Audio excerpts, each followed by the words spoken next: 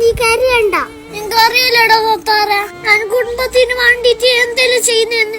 Food waste ആവാണ്ടിരിക്കാന് പേര് കഷ്ടപ്പെട്ടിട്ട് തിന്നുന്നത്.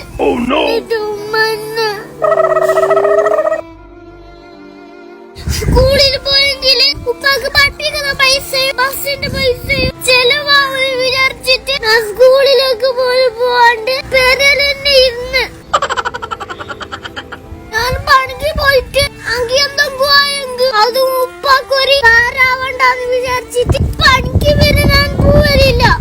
എനിക്കൊരു കാര്യം അറിയോ, വാട്ടർ ബില്ല് കൂടിയെങ്കിലാന്ന് വിചാരിച്ചിട്ട് ഞാൻ കുളിക്കല് പോലില്ല.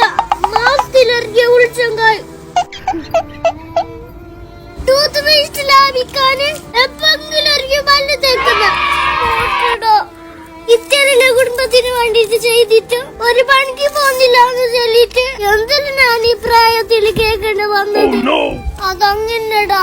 എന്റെ പേരില് എല്ലാരും ഇടഞ്ഞിട്ടാകുമ്പോ ലൈറ്റോ വാക്കുന്ന ഞാന്, സ്റ്റോറിലേക്ക് പോയി തേരി കൊണ്ടിരുന്ന ഞാന്, പെരലത്തെ ഗേറ്റ് അടുക്കുന്ന ഞാന്, അതിൽ വിരിച്ചിട്ട തുണിയെല്ലാം എടുത്തോണ്ട് വരുന്ന ഞാന്, തുന്നന്റെ ബാക്കി വരെ വേസ്റ്റ് ആവേണ്ട ചൊല്ലിട്ട് ഞാൻ കുത്തി കേട്ടിട്ടുണ്ട്.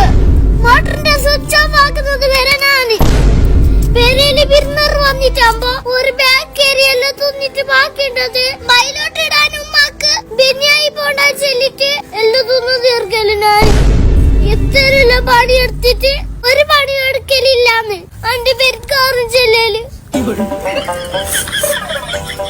കാറിലട ഇത് നമ്മുടെ വിധിയാന്തോ.